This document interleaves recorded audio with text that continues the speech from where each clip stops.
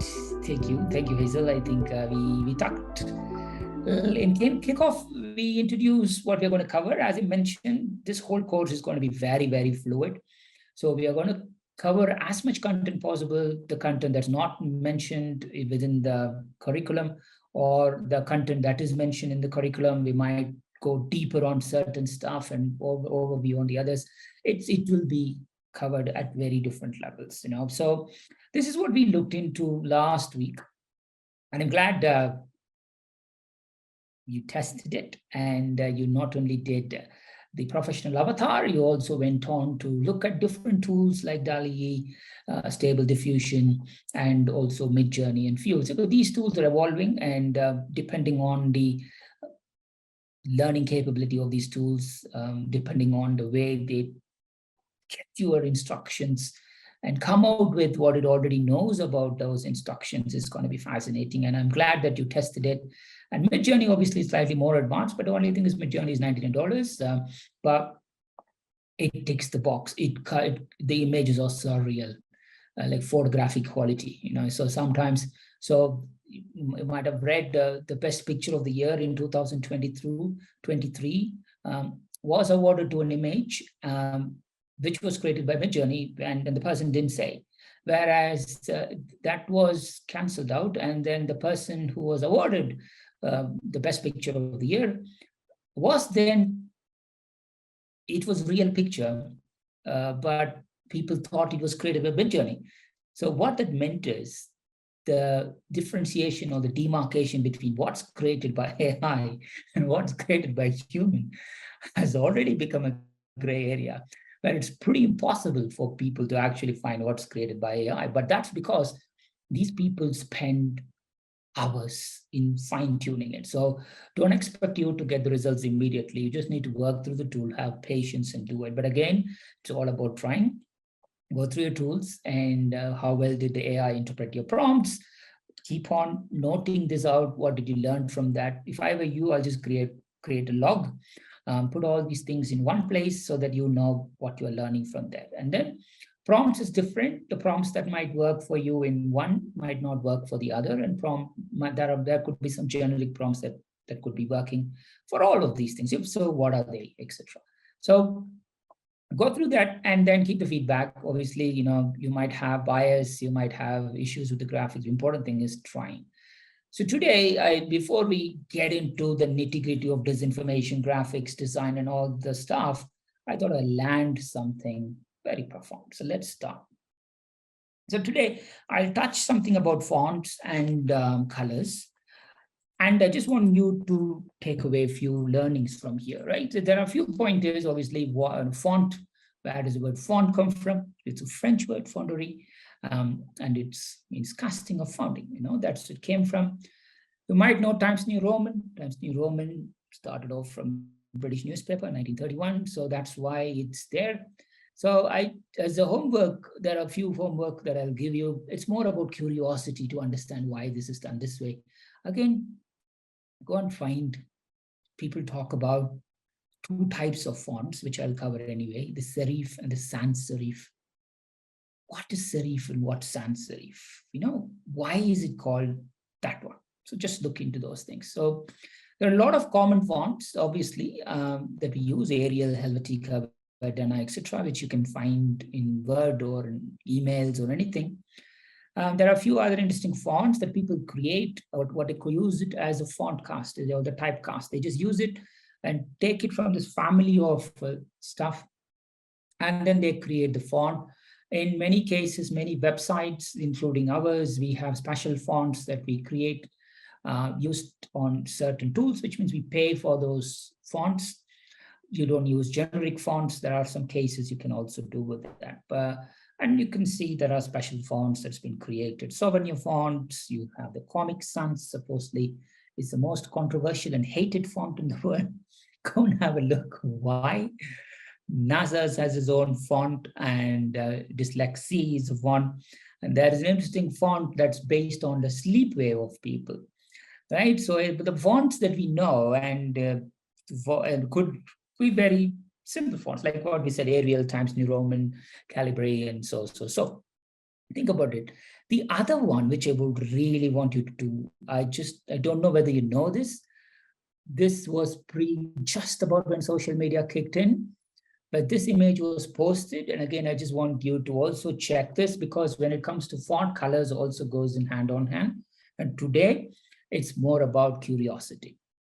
So I just want you to go back and read all about this, the infamous dress debate. So what color does this dress actually is? It's white and gold, blue and black. Where did that come from? Right? So, and the debate, this was the reason behind many of the color topics, color, color, why the color, what type of color do we need to use, when do we need to use, all started from here. So many research papers came on with this. I just want you to take time to understand a little bit more about this particular thing, because this was the one that created an interest in everything that we are going to talk today. So we talked about fonts, but I thought I'd get in because this is introductory. Don't worry, we are going to go deep dive on this. But before we even go deep dive and stuff, I just thought it's time to bring all of our thought process together. We have sans serif and we have serif. You might think, okay, serif is a simple one and sans serif is the complex one, but it's actually the other way around. Sans serif, sans, just because it has a name before serif, is the simplest form, and it's much easy for people with disabilities, and even for us, because even when you read something which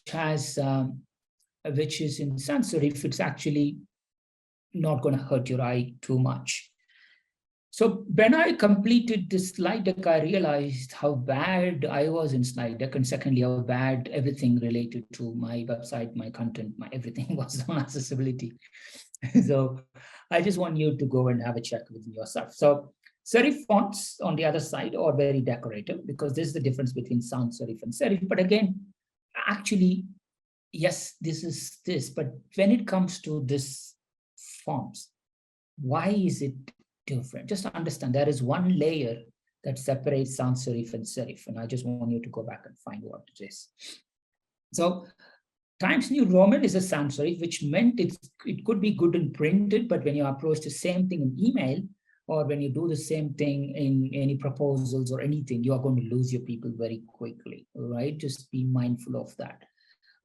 So Arial is a sans serif font, and we use a Droid serif, which is our font, which is typecast of sans serif. So that's the font that you are currently seeing here. So if in doubt, I just want you to do these settings within, when you are sending an email, when you're writing a proposal, yes, most probably it will be Arial. But if you do have Times New Roman or something, maybe you might need to educate your customer. But if anybody is asking you within your company to write, you just tell them about this and then say, hey, you know what? The 4 fonts that's going to help you do more, because I'll come back to this. Why? Beyond accessibility, why this is important. Calibri, Tahoma, Verdana, Helvetica. Because again, Calibri is the default in my email.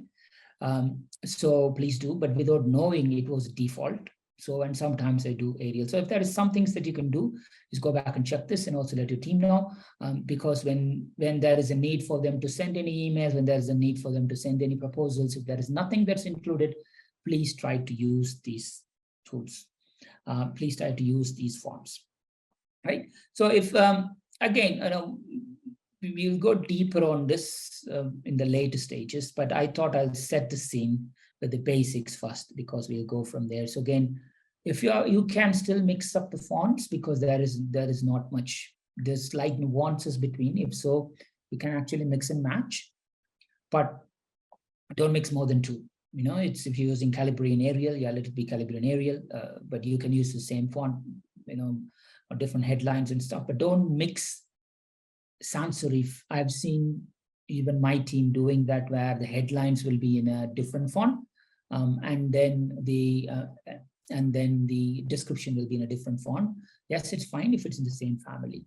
The same thing I find in the banners as well that we do. Obviously, now I know, because in the past I didn't know, but I can clearly see something is wrong. So just use that. But the other point is, this is where, there is people skim read information, as you know, but when your information is written in a wrong font, or a font that is quite hard for them to read, then it's good. Then you're making it challenging for them. Just it's a quick one, because we can come out with designs, and this fonts, I'm saying not just about writing, but this fonts is also about when you're actually going to write below the images, the figure 1, figure 2, or description about images, or if you write written part within images, then it's also important. So keep this in mind between sans serif and serif. I get confused all the time thinking serif is simple, sans serif is complex, where it's the other way around. That's step 1. And sans serif family, Arial, Calibri, important ones. Then if you want to go further, Verdana, Helvetica, Tahoma. Times New Roman is on the other side, but there is another family of, it looks cool, it looks nice, but if you are using it on the printed version, they say, but as the whole world is more digital, I'm not even sure whether that printed version even matters these days, right? Keep that in mind. So let me quickly touch the color, because I just want you to start with these principles, because we will overlay this one at a time. There are a lot of colors in. Every color has its own reason. Again, you might have your own preferred colors. If people say, if I want to guess what's your favorite color is, the color I need to pick up is blue, because that's what most men like. Funnily enough, if you look at Bachu brand, it's blue. So it's there. But again, within blue, there are also different types of blues, lighter blue and darker blue.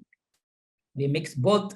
But in your case, I just want you to understand what is the color of your brand, your company, and you just need to check why this is, because the perception of that is also makes a difference.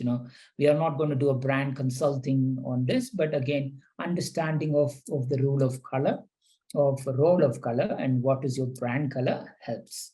So have a look. You might like a color. If so, what's the color? And what's the brand color of your company? And you can do it. Again, part of the homework, if you add an image to certain tools, that image will tell you exactly what are the different color patterns of your company. And then you could go back and see why this is what it is. We'll also have a look into those things. Google took it to the next level. You are talking about green, blue, red. We are going to build up everything within our logo. So they went on. Again, there is a fascinating story about the So you're talking about fonts, and you're talking about colors. I just want you to go and understand Google's multicolored fonts, multicolored logo, how it transpired. It's been 20 years. Funnily enough, the current logo is on sans serif, the simpler version. They went on with it. The previous one wasn't. As you can see here, they got excited and they did whatever they did. Even nobody can see that. 1997, have a look, and to what they have at the moment, which is very simple version at the bottom. So again, what the font that your company uses, the font, the color that your company uses might vary, but just think it through. But again, this sort of studies will help you, because why? That could be the next time when you receive your client, it's important for you to get the brand colors of your client. If you don't know, put up the tools that I'm going to give you next part of it. You just take their logo, put it in, and then you can be absolutely clear what's the color makeup of their logo.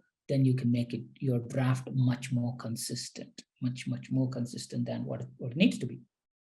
So we are going to also look at these things deep dive when we look into the actual, the color part. But I thought I'll land it. But within your branding, or within the client proposals that you are giving, look at this color you use, because if it's not done properly, it's going to be challenging, because every color, as you know, creates its own emotion. And again, when the different contrast it gives us to, it also comes out with this. And most importantly, how much white space do you have? Again, these are kind of checklist. So we won't be adding, instead of, yes, when we design our stuff, if we start with some basic fundamentals, right, then it's going to take us further. So when the role of color, yes, any color is fine, because every color is different. Understand what the color is. Secondly, how the color is mapped within your whole thing, because it's like, what's the contrast that's been given and what's the white space that's been given? If so, how's the overall look and feel for you? The reason for that is the people whom you are going to read the proposals are not going to be a 20-year-old or 25-year-old who like all these things. It's going to be at least 45 years because people with 10, 15 years experience start with, or most people who are much, much senior will have at least 25 years experience, and they'll be in their mid 50s or early 50s, all the way up to 60s.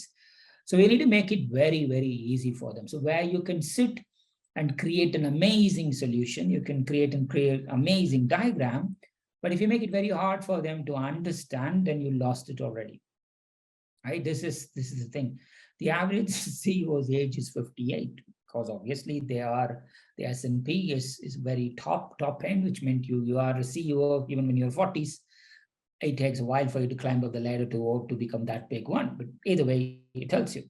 Second one is as you grow older, obviously our eyesight is not going to be in a great shape, which meant you do need to use fonts that are reasonable. That's what we talked about, sans serif. And on the other side, it's also important for us to be aware of how the colors that we use and the contrast that we use, etc. And most importantly, you are writing a proposal to impress your executives and leadership team in the first place here. So why not? Think about, I know it could be biased that I'm talking about, I'm writing a proposal for older people, but unfortunately, that's the case. So remember that, if there is one takeaway from that is, you're not writing for an 18-year-old or a 25-year-old, right? Your buyer is going to be somebody who's in his 50s, her 50s. So if so, what is it? Your design. So even before you think about information, graphics, design, that's the thought process I just want you to keep up with. So accessibility came up with because we had somebody who's blind who reached out to us yesterday and then asked, hey, I want to study with you, but will you be providing information in a certain format? Then I worked through this to understand this. So it's it's as a very basic, I just want you to do this. So this is the slide. So I have to work on this myself because I used to use random fonts before. Keep it simple. If you are using a font in a Word document, don't go any less than 12 because that's not going to be helping you nor anybody. But if the client says 10 or 11, they don't know what they're talking about. It's tough, but that's the situation. But when you're doing presentation or something, ensure the body text is 18-point font size. The headings are 24. These are the bare minimum. And then if you're using any colors and stuff, keep this in mind. But most importantly, go back and set your Microsoft Word, Excel, and PowerPoint. If you go and have your settings there, go to options. When you save a document, it will ask you, okay, how do you want to save the document? If you say PPT, then if you want to go back into options, then ensure that this point is ticked, which is document structure tags for accessibility. So what it meant is there are a lot of, it's a whole new world, which I started to look around from yesterday. So there are the document that we write, the images that we post, obviously when it reaches people who are disabled, especially people who don't have eyesight, etc., it gets converted into something that's user-friendly for them. So by just ticking this one, it enables them to do it. So again, there are a couple of things that you can also start to do here, which is when you are sending the document, this is again came out. We normally send the document in PDF, which is okay. But next time, you might need to also look into that and see whether you could also share the format in RTF format, which is the Word, but specifically for much more accessible for them. Why?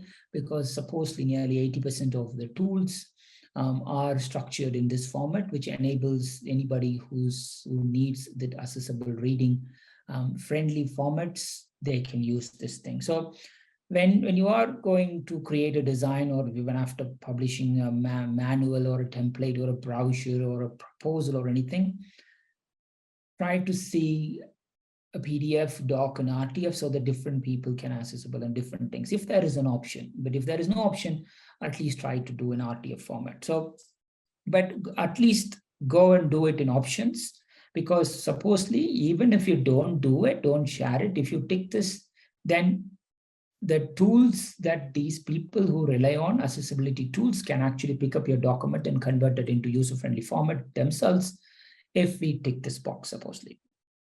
Right, so that's one. The other one, which was eye-opening for me, I know this is not related to design stuff, but accessibility-wise, it's a big learning for me. That's what I thought I'll share that to you as well.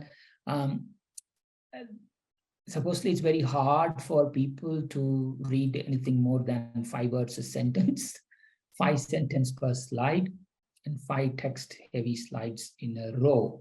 So, as you can see here, I've already crossed what I just said, but again, I'm sharing that to you. Maybe going forward, that might not be the case.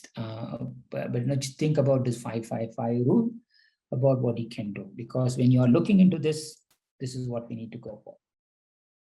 Right, so even before we go and create anything new, Microsoft has its own accessibility checker. In the tab, you have review tab. In the review tab, check accessibility in the document. If you check, it comes and tells you what it needs to be.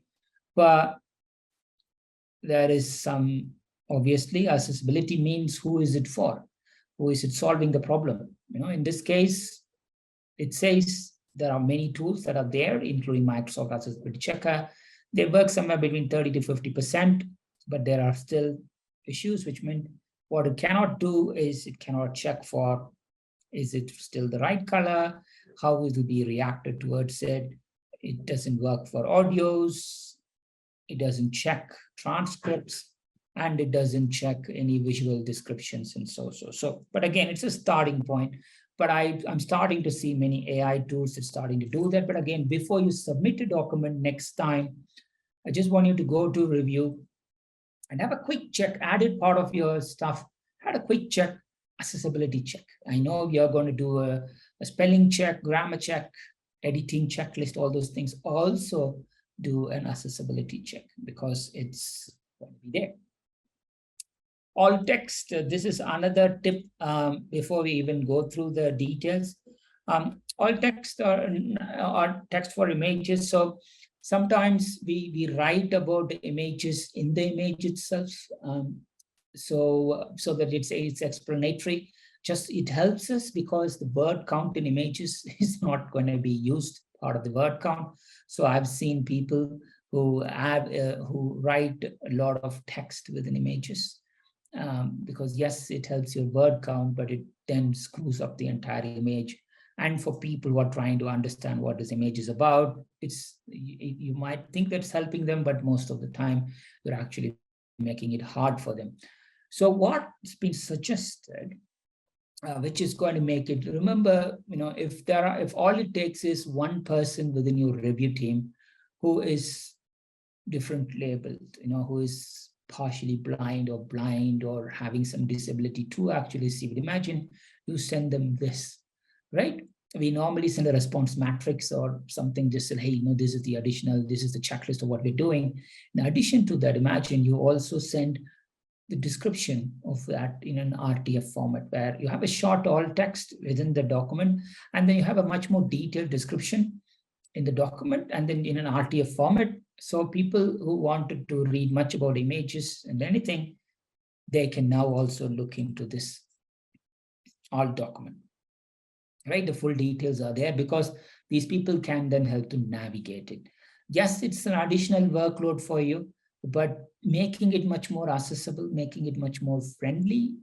These are the list of images, figure 1, figure 2, figure 3, figure 4, 1 or 2 lines in the front, but a little bit more details about the images in there. It's there for you to explore.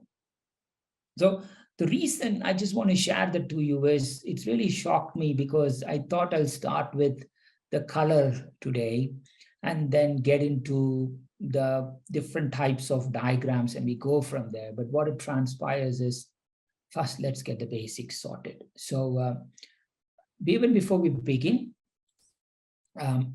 this is the exercise before we meet Tuesday. So what fonts and colors does your company commonly use in branding and communication, which is in marketing? And do you follow the same? Are there any style guides you follow? If so, your company has created style guides. If so, we will create style guide part of this program. So what's a style guide? There are tools that you can use it to create it. In the past, it's like even I need to ask my designer what's the color for our brand. I know it's blue, but what blue? There are some grays, blackish gray, blackish blue, you name it, grayish blue, etc. It's a mixed pattern of everything. It's like a DNA test. You are mixed of so many countries' genes, right? Similarly, your colors are also mixed up. So have a look and try to document this, because this is where you're going to build it from here, right? So what fonts and colors does your company commonly use, and check with them why? So understand what's the story behind it, which meant it might be because, remember, every brand has a personality.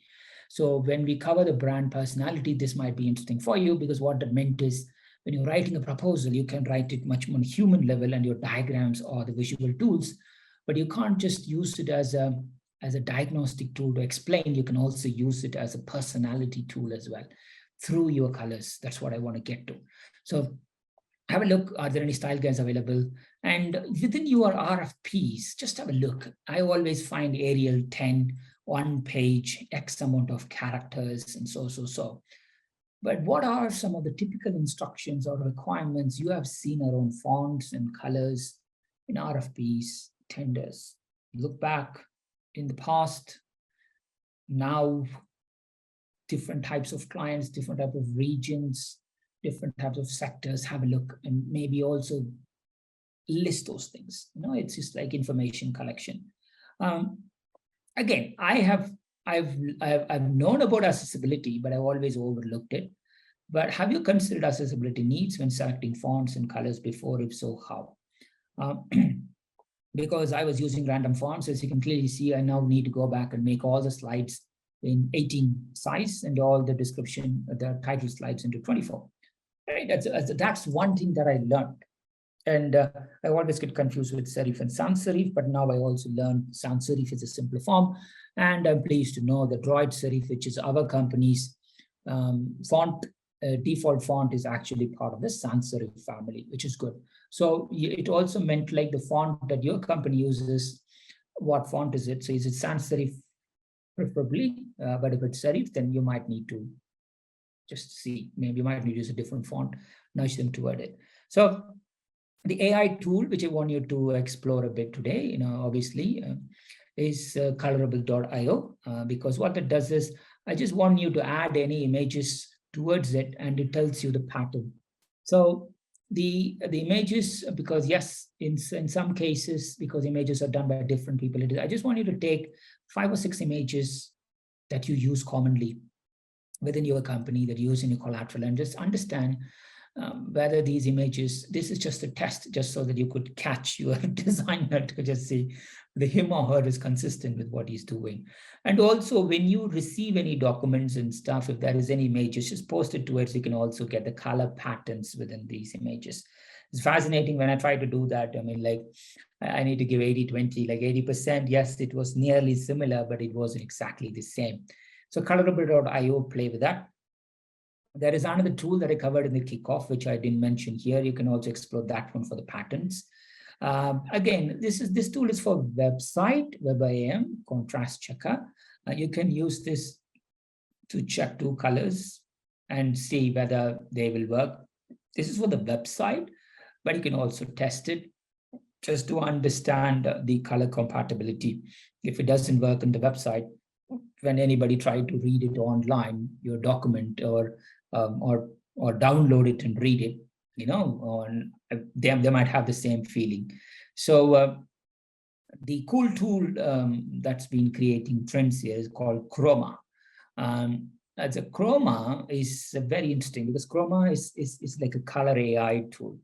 So what it helps is okay, fine. These are my 2 or 3 colors.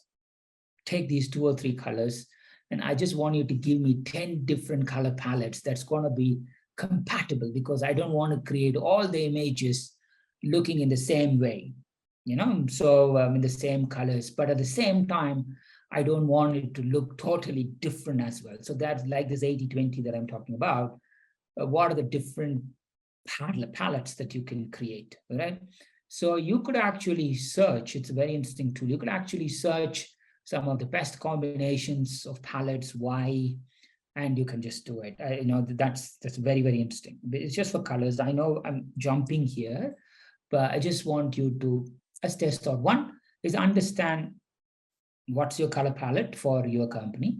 Second, check it out with a contrast checker. Again, this is for website. There are tools like that, but just have a look how the contrast works for a couple of images that you do, and understand how for example, if you're writing in a white document with black ink, it's contrast, white and black.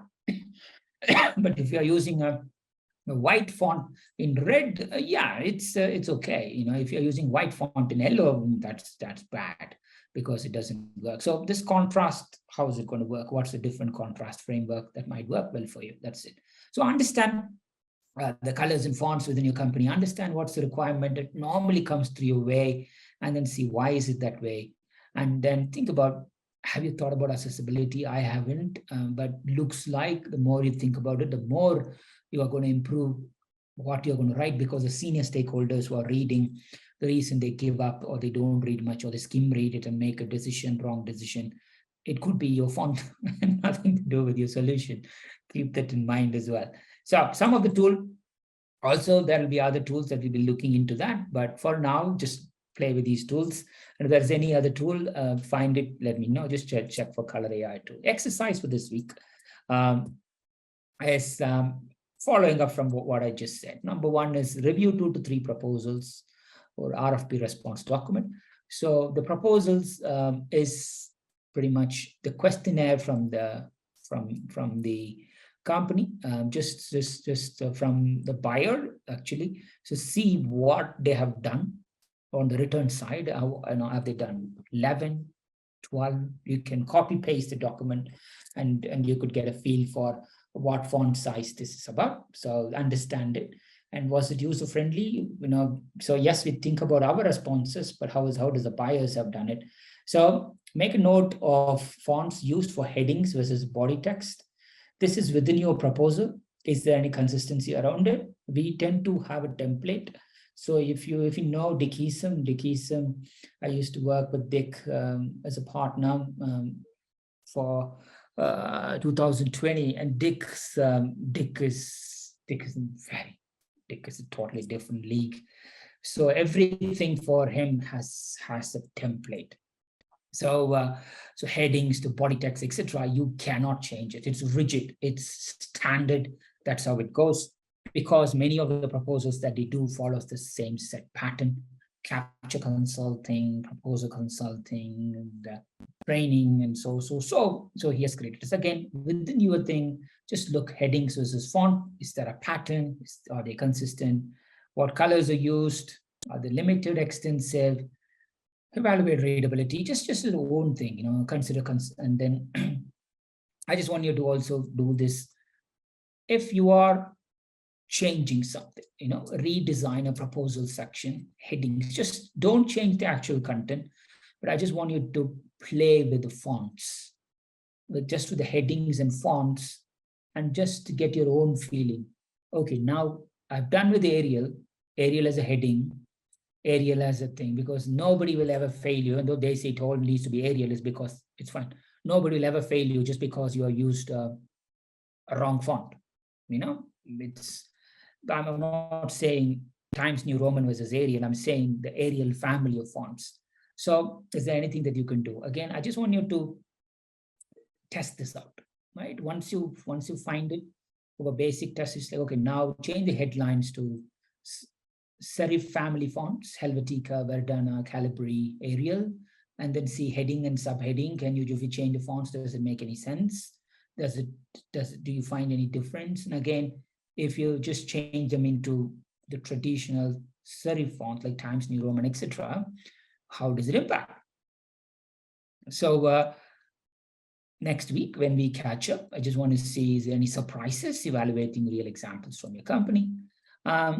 Again, now we are talking about responsiveness, we are talking about compliance of a proposal, but when we're now talking about effectiveness of a proposal, fonts and colors comes into play. And I just want you to see, before we get into the 1 hour on fonts and 1 hour on colors, etc., let's just have some building blocks, and let's set some guidelines. So what principles or guidelines would you suggest for your company for font using going forward? That's it. So preliminary working, review a couple of proposals, make a note on what fonts are being used for headings and stuff, and what fonts are being used, what are the instructions that your buyer has been given to you, and why, what's coming your way, and tweak it to just see, now I'm not changing any content, but I'm changing the fonts and colors. What does it do?